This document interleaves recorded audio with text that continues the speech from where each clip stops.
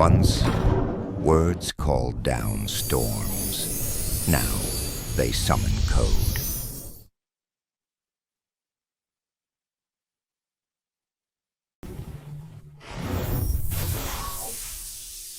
The new sorcerers don't wear robes. They write prompts.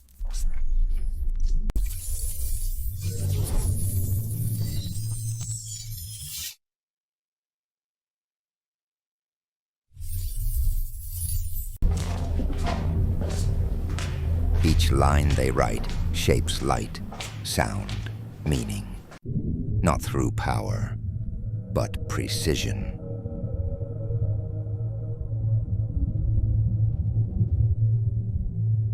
They ask machines for wisdom, and the machine answers, flawlessly and without hesitation.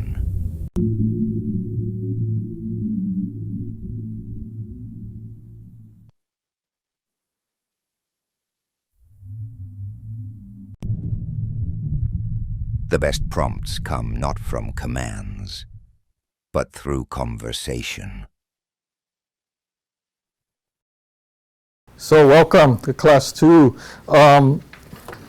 It's kind of a symbolic opening sequence, but this point here is really important. We're not commanding, the AI to do something. What we're trying to do is help it understand what it is that we want out of it. That's the number one thing. So really, the way it gets that is through some form of a conversation, and you'll see why in a minute. But before we get into that, I want to welcome everybody to class number 2, The Magic of Merlin. We're talking about prompt engineering this morning, and it's probably something that everybody can use, and not just about ChatGPT. Any form of modern AI uses some form of prompt. So, and there's a lot of AIs out there. So if you have Google and you're using Gemini, or you're using ChatGPT, yes, or you're using Grok, all of them rely on prompts, right? The prompt is that thing that you're going to type in a message to it and you're going to tell it, hey, make me something, generate an image, write me an essay, whatever it is. Write me an email to my boss. That's the prompt. But the question is, how do we make it? Right? And what are the lessons that we can learn about these things? Well, first of all, let's take a little bit, let's time travel. We'll time travel back to the year 2000. And at that time, I was working with prosecuting attorney Peter Carlisle, and you may have heard of this case. It's called State of Hawaii versus Byron Uesugi, otherwise known as the Xerox murders, right? Mass murder, biggest mass murder in Hawaii history. It was really an honor to work on this case. What I got to do for it is I got to make all of the charts, and I think we had 23 big blow-up charts that we used as demonstratives for the jury so that we could explain the case. Had entry wounds and exit wounds and diagrams of the floor plan, and had where the bodies were when they found it. Had all kind of stuff, right? I also made the PowerPoint, and the PowerPoint took all that imagery that we created from those diagrams, and we could show the pathway of people moving through the floor, what direction Uesugi came from, what room did he go first, where did he go next, where did he end up, and how did he exit out, and where did he go after he exited. We could talk about all of those things through visuals using PowerPoint. So Peter saw this, and he said to me, when he looked at all of this, he says, hey, you're like Merlin. He says, let me tell you the story about Merlin. Merlin is, and he's got the T.H. White version for you, if you people have read some of these things. The T.H. White version is the once and future king. It's the story of Merlin where he lived in the future, but he lived his life backwards. He came from the future into the present. So he didn't remember the past, he remembered the future. And because he remembered the future, he told people about what the future would bring. Well, let's talk about the present day, around 2000. How did people do jury trials, out in circuit court prior to PowerPoint, prior to 2000, much of the 80s, 90s, 70s? We had poster boards, big ones, and we would, use rubber cement, and we'd stick pictures on them, and we would have these tearaway parts that we made it with Velcro so that you could peel off and then reveal something that's underneath, because we didn't want to show them everything on the chart. I remember helping Don Picaro with that Rebelisa case years ago where we did a chart like this. You guys folks remember? Some of you guys remember these ones. Nothing was digital. And what PowerPoint was something very different. You didn't have to do any of that stuff once you use a PowerPoint, right? So in Peter's mind, this was wizardry. And so he said that what I was showing them was the future. What to him, that's what PowerPoint was. He loved it so much after Uesugi that he told everybody in the department, all the deputies, he said, well, from now on, I want all the prosecutors to do a PowerPoint if you have a felony jury trial, even if any jury trial, really. He mandated it. Well, let's just say not everybody was really thrilled with that order. There was people out there that said, what? I got to learn PowerPoint? I don't know how to do it. And there was a kind of a general panic amongst folks, and they went to some folks that knew how to do it. Can you make the PowerPoint for me? And some people could. But that's part of the thing, right? It was something new that some people didn't know about, and as a result, it scared people. But, he was right. PowerPoint was the future, was the new normal. So when you look at that in parallel to 2025, where we are right now, I get that deja vu kind of sense. We're at the same crosswords now that we were then. Back then, it's PowerPoint. Today, it's artificial intelligence and prompt engineering. What feels like magic now is going to become routine very, very soon. So why does this matter? Because, we're not talking about gadgets and things. We're talking about skills. And it's about how we think and communicate with AI. These prompts create powerful results. And you want to become the master, of doing the prompts. Because in a few years, this will be the new normal. So if you learned PowerPoint back in 2000, or you had to, let's say you had it in the year 2000, you knew what you were doing. You had an edge in a jury trial. And you guys remember, right? We could do PowerPoints and the defense could not. And some judges said it was unfair, or they would complain to a judge saying that what was going on was unfair. No, we had that leg up, and some people didn't catch up into the year, maybe, 2010 or so. But in all that time, there's a competitive disadvantage between people, the people that knew how to use the technology and the ones that didn't. In 2025, you got the same thing. You have AI and prompt engineering, and that is going to be your edge. If you learn and master prompt engineering and make it so that you can have the AIs do what you need, and it doesn't matter which AI it is, it can be ChatGPT or any of these others, there's thousands of them now, and there's more getting created every single day. What happens to you if you learn how to do these basics? You become the Merlin. You become the Merlin of the place. You're going to be the one that brings the future to the present. That's why we're here. Okay? So, the magic of this. You can write a really simple prompt inside of ChatGPT, but it's just like if you're talking to somebody and you're not really explaining yourself. It comes off as vague. They don't quite understand what it is you mean, and that's going to hurt you, because you got to give it more details. You got to give it something to work with, just like you're talking to a person. Prompt engineering is going to teach us how to structure prompts to make sure that you get it all the information that it needs to get you the best answer.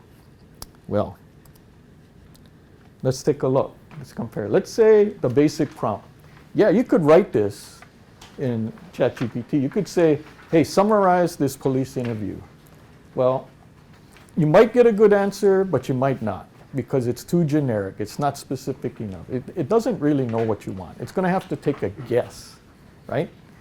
Versus this, where there's more detail, right? It's giving it some context. It's giving it what's called a role play first. What kind of person do you want me to act like? I can be like a deputy prosecuting attorney. That's a role I can play. I could be an investigator. I could be a victim witness counselor. I could be a paralegal. I could be a criminalist at HPD. I could be like an expert witness, a doctor or somebody, right?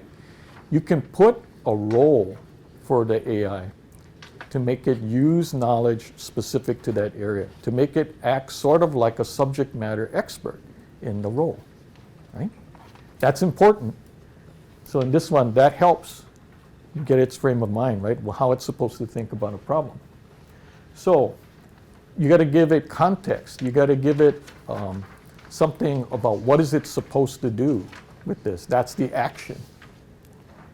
And then you got to give it other details, right, about what you want. And you may have to put constraints. You might have to say, don't tell me something, you know.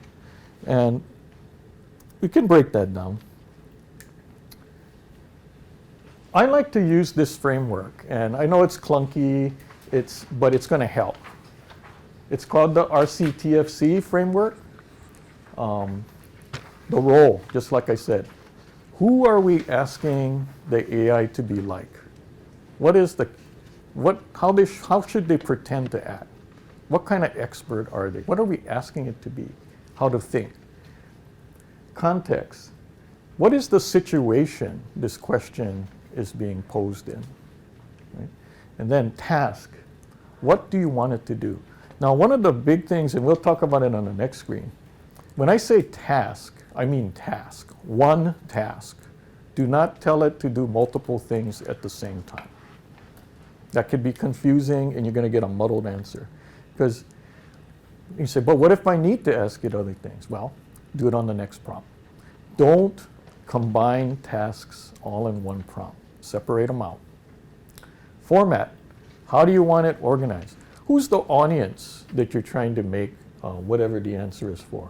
If you're trying to generate a report for your boss, you want it maybe more formal, maybe you don't. Do you want a summary of what's out there? Do you want some form of analysis? Do you want it to look for things like contradictions? What are you asking? What is it that you want really out of it, right? And how do you want it laid out? Is it in bullet points or is it in a narrative? You can tell it the format. And then finally, constraints. I'll give you a great example of this one. The other day I was asked to write something for someone to receive an award. And when you submit nominees for an award, they say, please limit what you write for the nomination document to 500 words or less, right? That's tough, because if you're out there, you got a lot of things to say, about a person, right? Sometimes, 500, some people say, I don't know what to say to fill out 500 words. Other people are going to say, I got too many things to say, and I don't know what to cut out. Well, this is where something like ChatGPT could help, and other AIs too. You could give it a draft of something that you wrote up about a person, or you could tell it facts about the person, and it could help you craft that document, right? So that you can fit it within the constraint. That's important. So, role, example. You're the prosecutor, right? In DV. Context. What are we doing here? It's part of an interview where the defendant's claiming self-defense, right? So maybe that's the source. 3, identify all the statements where the person, contradicts his self-defense. Format. You're telling it how do you want that output? What's the layout of that? And then constraint. What are you going to focus on, right? What don't you want to hear about? That's important. So, how do we use this? We can use it in our setting, right?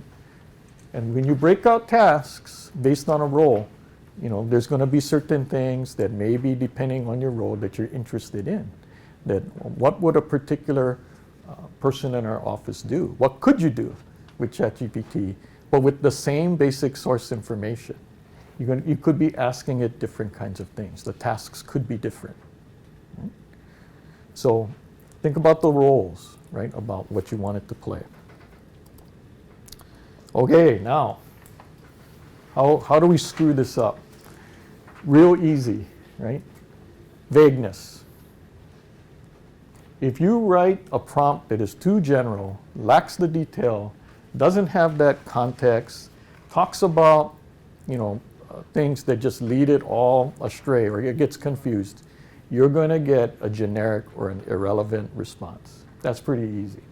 The other one is the opposite, where you overloaded the prompt, where you went in there and you said all kind of stuff that you wanted to do, where you had more than one task that you wanted it. It gets confused. It doesn't know what your priority is, and it muddles the answer because it doesn't know what the priority is. It treats all these things as equal, and you get this big mess. Context is important. You got to give it that background so that it can give you the quality answer. What's the setting? What is something, right, that it's supposed to frame it in? Don't assume that the model knows things. And it's just like when you talk to somebody else. We always say, right, when we have a new worker, employee in our department, what do we say? They don't understand the court system. They don't understand prosecution. You don't know terminology. But we've been working these things, some of us have for years and years and years, and we apologize, right? Because sometimes we forget the person doesn't know. We got to explain it, right? What we mean. And then they'll learn it. The AI can learn it too. It's just like a new worker. It doesn't know. So you got to give it some context about and fill in the blanks about things that it should know. This one is important too. It's being iterative. Iterative means you get an answer from it. It may not come out exactly right. You're going to go back and you're going to ask it a follow-up prompt saying, well, that's not quite right. Could you do it like this? Or could you add this detail to it? Or could you fix it, right? And it's through that process of going in those cycles and improving it and learning what you missed on the original prompt. It's going to teach you that what you should have done is asked it in the first place or included it in the prompt to begin with, that missing piece of information, right? Because maybe something along here was missing. But this is the thing. It's harmless because you're going to get the answer out there and you're going to be able to do a follow-up saying, okay, that's close, but what you got to do is add this. Finally, neglecting those output constraints. You don't want a 100-page paper that comes out of there. You want to have maybe a concise executive summary, right? Because you still got to go through all the stuff it creates. So, what are you going to get out of today's class? Well, we have a new thing. I have on the S drive, I have this AI folder. And inside of it, and you already got the handouts, but we got all the documents here. We have these 21 ready to experiment with prompts. So you see that document there. I have the RCTFC template, which kind of gives you on one page how to structure that prompt. So you could kind of use that as a guide. We have transcripts of these bogus cases that are modeled after crimes, different kinds of crimes, like burglaries, UCPVs, whatever it is, sex assault case. They're in there. And then, of course, we have the game sheet, which nobody won the contest for last week. So you get another chance to turn it in to Kelly, right? If you can figure out the answers, you're not stumped from last week. So you get one more shot, okay? But before we get all to that, let's get into like a demo. Let's see what we can do here.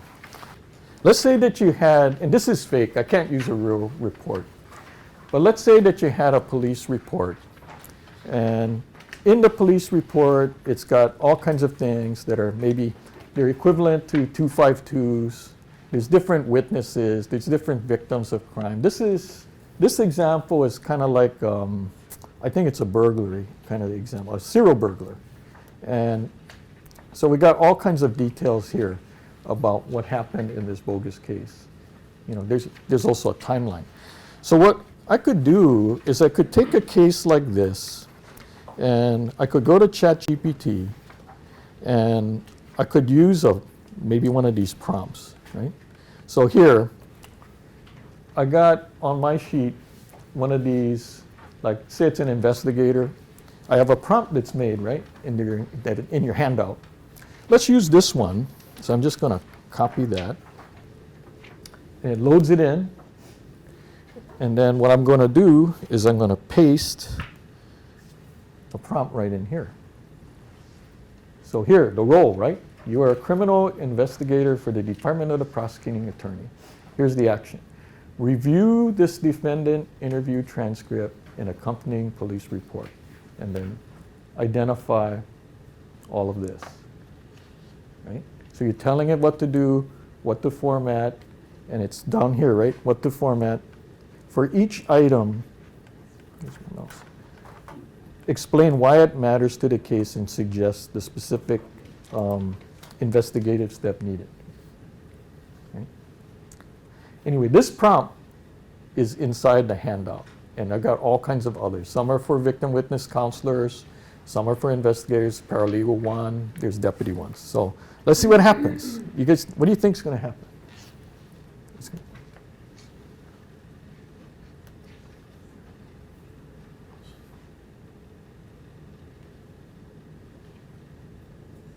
Ooh, okay.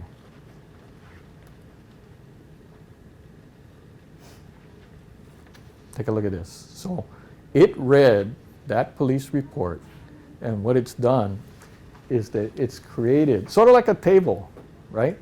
Where it's parsed it all out, and it's made this information. I can now, I was still working on it for a second, but after it's all done, I can copy and paste this output, and I could paste it right into like a Word document, and I could save it. It doesn't have to stay in ChatGPT, right? So let's see what else you got. It's got quite a bit of information here, right? So it's identified some things, it's talked why this is important, and then it gives follow-up steps about what you can do. It's thinking like an investigator, right? Is that kind of stuff useful? Right? And you know what? We're going to get better, and the way how we get better is because you can do a better job than I can playing these different roles. The key would be you have the subject matter knowledge, right, of your particular role. It can help you do that job, do that analysis, build things for you. What if I asked it, I think I got a paralegal one where I asked it to make like a timeline or something. It'll do it. It'll look at that whole report, plot chronologically, start to finish, where the person was, what date, what time, and then it could make a chart for you, a draft anyway. And then what it'll do is you can hand that off to your deputy prosecutor and say, hey, I think we could use something like this as a demonstrative, maybe, right? Or something, just to give us some ideas about things to do or what we can use. It's got more though. Look, that's just the first section, right? Oops. It spotted vague or evasive answers.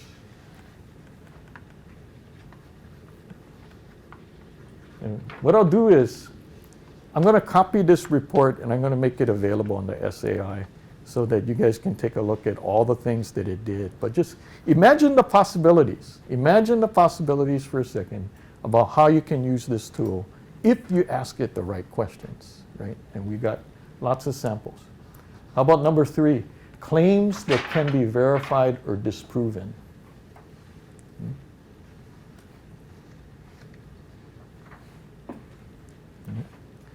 You can look at all these things. Now, it did all of that in seconds. How long would it take us to manually go through the report and create the kinds of things that ChatGPT did? We got to verify it, of course. But you've given it a closed source. It's not searching the internet to go find these things. It's the materials we gave it, is what it's basing it on. We could look here. Who should we be interviewing? Can make suggestions. It could make suggestions for follow-up, right, of certain people, and why.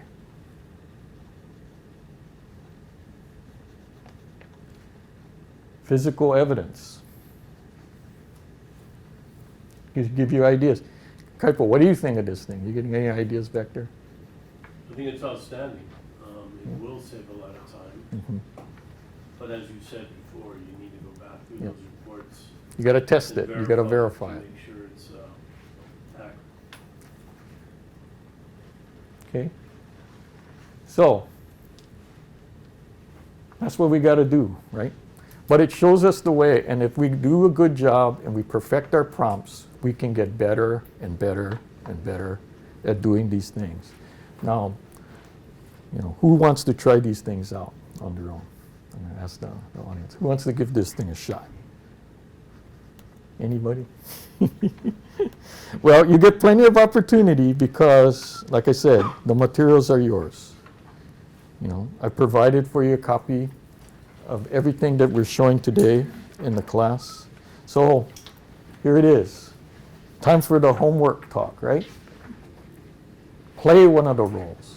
Doesn't even have to be your own job, just for fun, right? Play the role. Put it through one of these kind of transcripts or some kind of fact pattern.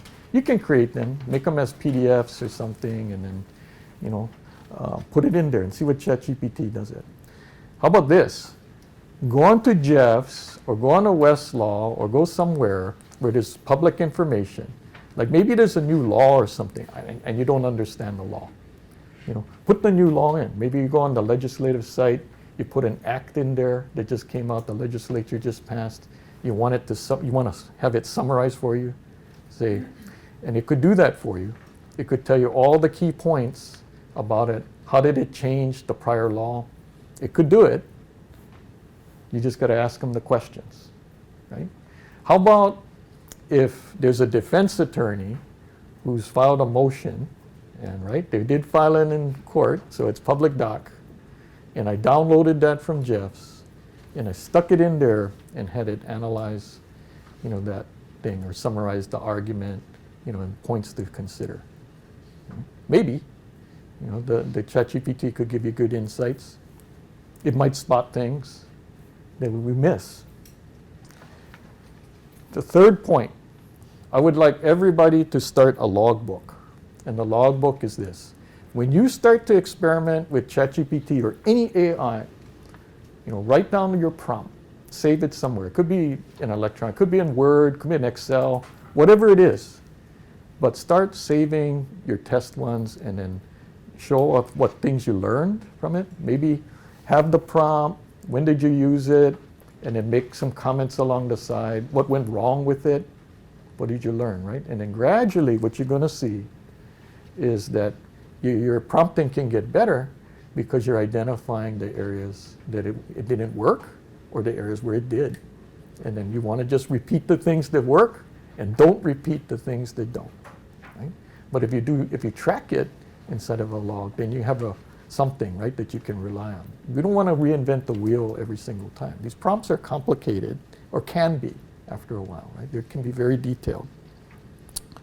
So, all right, well, we'll get back to Mr. Carlisle. I'll go back to the beginning. So after State versus Uesugi, Peter got praise about this case for years.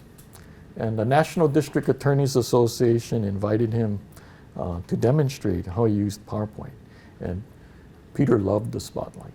He loved all the attention that he got, from this. Being able to fly to the mainland, tell people all the things he did. And he loved the audience. But, looking back, I realized something. You know, he never really was all that interested in PowerPoint because he never did any of them himself. You know, he would have me do them, or maybe he'd ask Charles Isamoto or somebody to do it for him. So he really wasn't interested in the PowerPoint. You know what he was interested in? The thinking behind it. Right? He saw this as the future. He knew it to be the future. And what we now know is, at that time, anybody can learn PowerPoint, whether back then or today. Anyone can make slides. The key point is about us being ahead of the curve. That's the magic. That's the Merlin part that he's talking about. That's what he really, really meant. We have to get that advantage. We have to be the ones out first. So now, the story for us is, with ChatGPT and prompt engineering, anyone can type a prompt, right? And go on ChatGPT. But we have to master making that perfect prompt, doing a prompt that's better than anybody else's so we can get the answers that we want. Let's all think about what we need to do to get that best result, to make AI deliver exactly what we need. Because picture it, this is 2025. In your next meeting, or when you do your next project, and you come into that meeting or with your group and you show them, hey, take a look at this, and they marvel at what you're able to do. It's so precise, it's powerful, it's right on target to what everybody wants. And they're going to say, what? How did you do it? How did you do it? Well, when they say that, then you'll know that you're the one that's just a little bit ahead in time, and that you brought that skill back, you know, to your others, to your peers. Peter saw that in 2000, and he lived it. He made everybody do it. He saw the future. He says, this is it. We got to do this. You're seeing the future right now in 2025 about AI, because in 5 years, I'll tell you, this is all going to become normal. It's not going to be looking like science fiction anymore or anything like that. But if you learn these things now, this year, rather than in 2030, you're already ahead of the game. You're going to be the one who became Merlin first, right? I say to you, congratulations, you're all part of the future. That's it for this week. Yeah.